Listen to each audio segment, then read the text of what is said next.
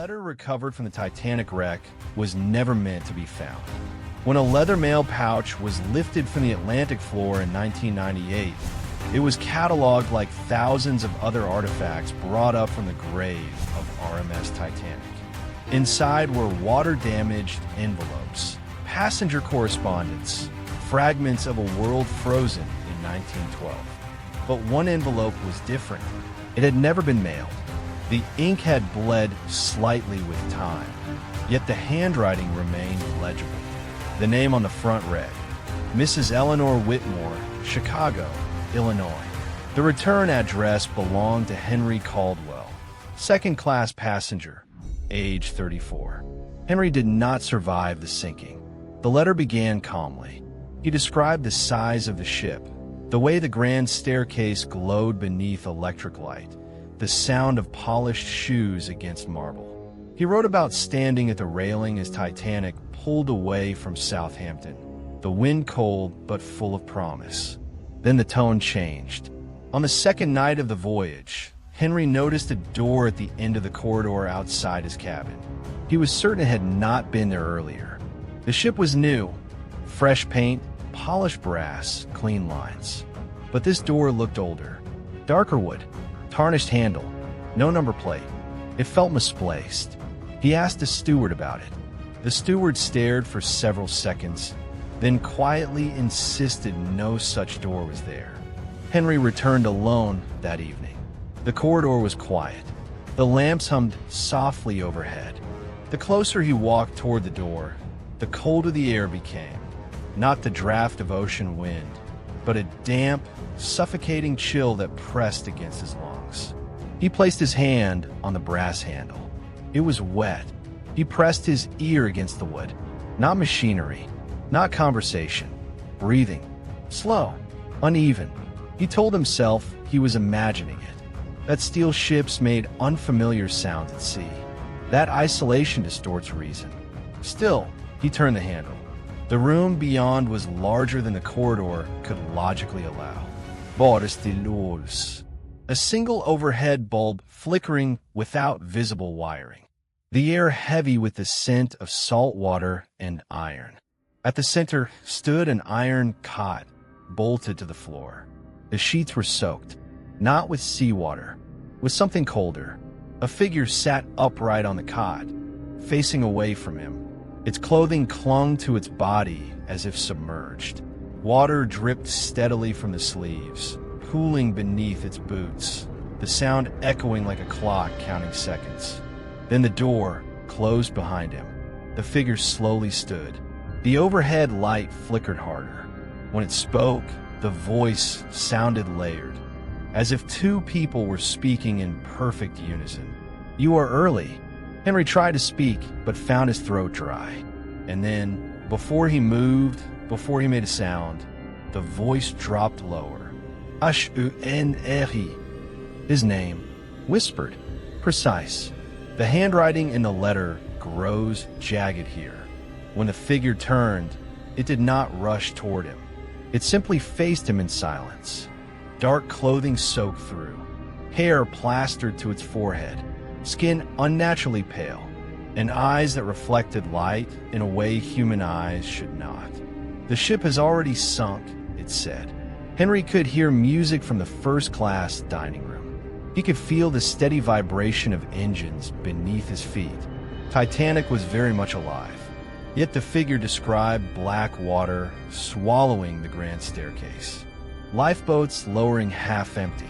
The orchestra playing as the deck tilted toward the sky. Then it told him the exact time. 11:40 p.m., April 14th. Henry checked his pocket watch. It was April 12th, 2 days early. "You're not meant to change it," the voice said. "Only to witness." Henry fled. He stumbled back into the corridor, heart hammering, and turned. The door was gone. Smooth, unbroken steel, as if it had never existed. He ended that page with a single sentence, underlined twice. "There is something aboard this ship that remembers drowning." April 14th, 1912. Henry added his final entry just hours before midnight. His handwriting was tighter now, Controlled. He had spent 2 days searching for the door again, morning, afternoon, past midnight. The corridor remained smooth and uninterrupted. But that evening, at exactly 11:20 p.m., something changed. He noticed condensation forming along the steel wall. A thin, trembling line of moisture tracing the exact outline where the door had once stood. The air around it was bitterly cold. Not winter cold, ocean floor cold. Passengers passed behind him laughing. The orchestra began another lively tune. Crystal glasses clinked. Titanic floated confidently through a sea so calm it looked like black glass under the stars. Henry pressed his palm against the damp steel. It vibrated, not with engines, with something deeper, a distant, splintering groan. He ran to the upper deck at 11:39 p.m. The sky was clear, stars unnaturally sharp. The Atlantic stretched endless and flat, too still. Then he saw it, a pale mass ahead, silent, immovable, ice. At 11:40 p.m., exactly as the figure had said, the hull shuddered beneath his feet. Not a violent crash, not chaos. A long, tearing sigh. The vibration traveled through the deck like something living passing through bone. Henry did not wait. He returned to the corridor. The door stood fully formed. Water pooled beneath it, spreading silently across the carpet. He opened it without hesitation. The room was no longer dry. Seawater filled it to his ankles. The iron cot was gone. In its place stood figures. Dozens of them. Men, women, children, all drenched, all silent. Some wore Edwardian clothing like his own. Others wore garments from decades he would never live to see. Modern coats, unfamiliar fabrics, strange cuts, all staring at him. And at the center stood a man identical to Henry. Pale, waterlogged, still. "You are not meant to change it," the double said. "Only to witness." Henry understood then. The room was not predicting the sinking. It was remembering it, bound not to 1912, but to the moment itself. The impact, the drowning, a memory trapped in steel and salt, replaying in darkness 2.5 miles beneath the surface. He wrote one final line before the ink streaked violently across the page. "It is not a cabin. It is where the future goes to wait." Henry Caldwell's body was never identified. Modern scans of the Titanic wreck have occasionally detected hollow pockets behind sections of hull that should be solid steel. Anomalies that vanish before cameras can confirm them.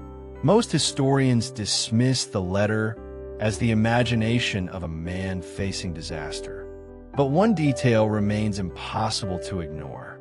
The official inquiry confirmed the iceberg was struck at 11:40 p.m., the exact minute Henry recorded, 2 days before it happened. And somewhere beneath 2.5 miles of Atlantic water, a door may still be waiting. Some letters were never meant to be read. This one found you anyway. Comment door if this unsettled.